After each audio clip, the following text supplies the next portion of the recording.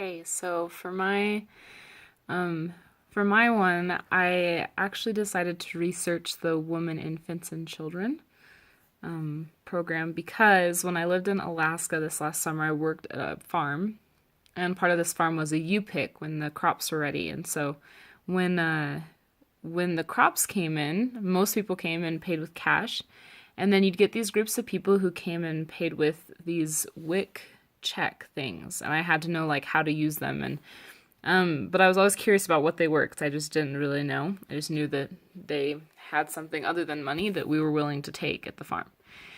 And then when I moved down here, I forgot about it a little bit, and I went to Smith's. And at Smith's, every once in a while, you'll see above the price tag on an item on a shelf, there's a little green sign and it says WIC. And I was like, it's interesting to see that again. I don't really know what it is still. So I decided to research it, and I'm really glad I did because I think it provided me with a lot of important information that as a teacher, I'll be able to help some parents with if they are going through hard times, and maybe even for myself too. So the woman, infant, and child system that they have is put out by the United States Department of Food and Agriculture and Nutrition. And as of this year, they're currently serving about 7 million people in the U.S. They're serving mostly children and some women and some infants. And the requirements are that if you're a woman, you need to be pregnant, or you've just had a baby and it's postpartum, or you're breastfeeding within the first year of the infant's birth. Then if you're an infant, that is when you're born to when you're 1, and then it serves children from when they're 1 to when they're 5, and then that's where it cuts off. So the idea of this was, and it's actually been around for a while, was to provide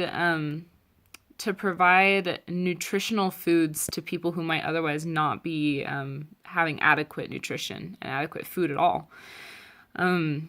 And so they really only focus on kind of specific foods and foods that will give nutritional value to those. And also I liked how it focused a lot on providing women with the amount of food that they need so that they can continue to breastfeed. It recommends breastfeeding as the most optimal form of feeding if possible.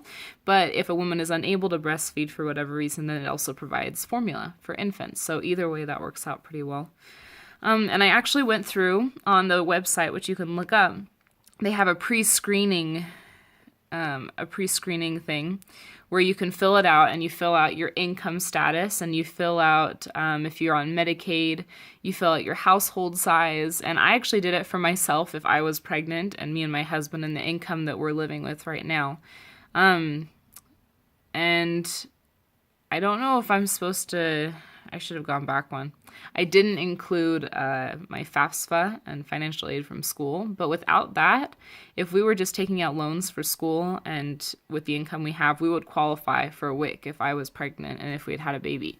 And that's kind of nice to know, especially as a college student, because we don't really have a ton of money and things. And so as a teacher, we need to be aware of this. It will help students who,